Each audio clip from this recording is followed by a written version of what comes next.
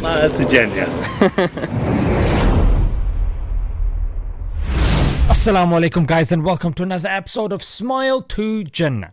Here is an excerpt from a video. It's an interview between Andrew Tate and a couple of people that are very close with the Sidemen. You see them in quite a few of their videos. They're not actually the Sidemen, but of course... Why are you an atheist? Why don't you believe in God? I'm an atheist because there's no way I can look back 2,000 years and read a book and go, oh, well, that's the way I should live. It's like the way you think of life, where you say that governments rule over everything that you do. I believe the same thing with a book. You look at a book and go, that's facts right there. How are you going to let a book rule what you say? That's nuts to me. Okie dokie. So the book is not special because it's a book. What makes it special is the author of the book. Consider an analogy of paper. We don't say, it's just paper, especially when that paper has been authenticated and authorized by the government.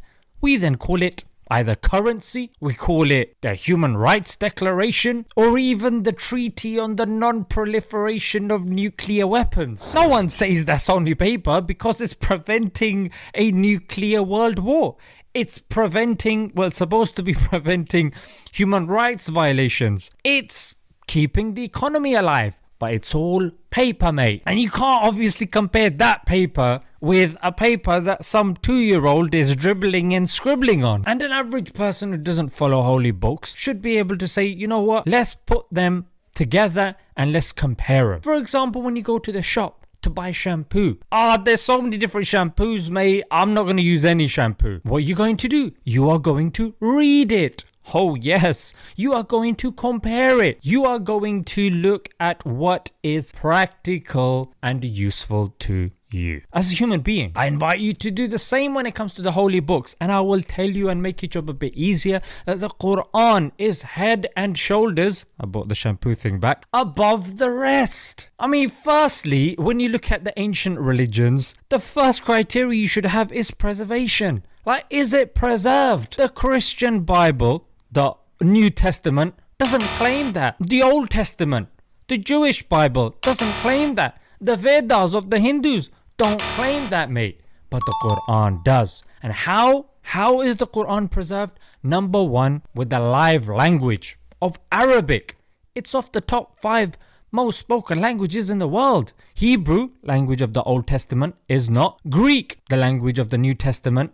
Even Jesus' language, Aramaic, both of them are not. Vedas, Sanskrit language, is not. Arabic is. Number 2 is manuscripts. We have manuscripts that date to the time of compilation, mate. That is phenomenal. And it's in University of Birmingham, and it has been carbon dated by the University of Oxford, and it has a 100% word accuracy. And the third one is memorization. The Quran is the only ancient book that is mass memorized. Anyone can come and say, it says this in the Quran, but the Quran has been memorized from kids as young as 6, mate. Now that we've established preservation, we can move on and we can say, okay, but what makes your book special? Okay, so it's preserved. Well, let's look at the prophecies inside the Quran. There's a fantastic book called Forbidden Prophecies. I highly recommend you guys read it. It's free online. But one simple prophecy is chapter 111 of the Quran,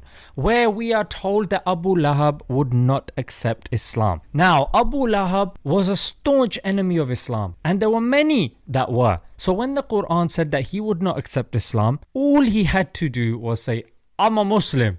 And that would have disproved the Quran. Yeah, it would have caused problems had it been from somebody else. But because it's from God, God knew, number one, he would not accept Islam. And number 2, he would not live long enough for the conquest of Mecca, where pretty much most non-Muslims accepted Islam anyway. Another prophecy is the Quran predicting that the Byzantines would beat the Persians within 9 years.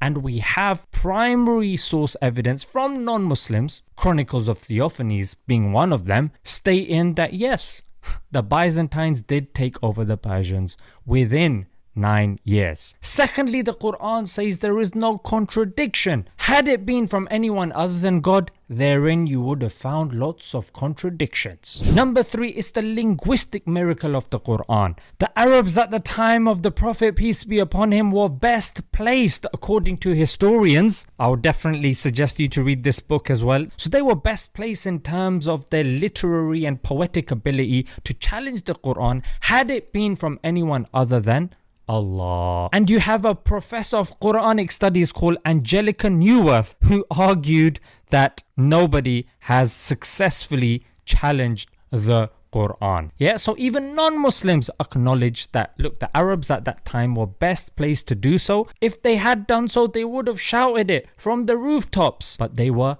unable to do so. You can even see the relevance of the Quran, the special ability of the Quran, that even when it talks about science, it does it in such a way that the people 1400 years ago would be able to understand those verses according to the science of that time. And when we read those same verses, we can understand those verses in accordance to the science of this time. This shows the timeless nature of the Quran. So according to our young interlocutor, is it just a book? I think we have convincingly established that it is indeed not just a book.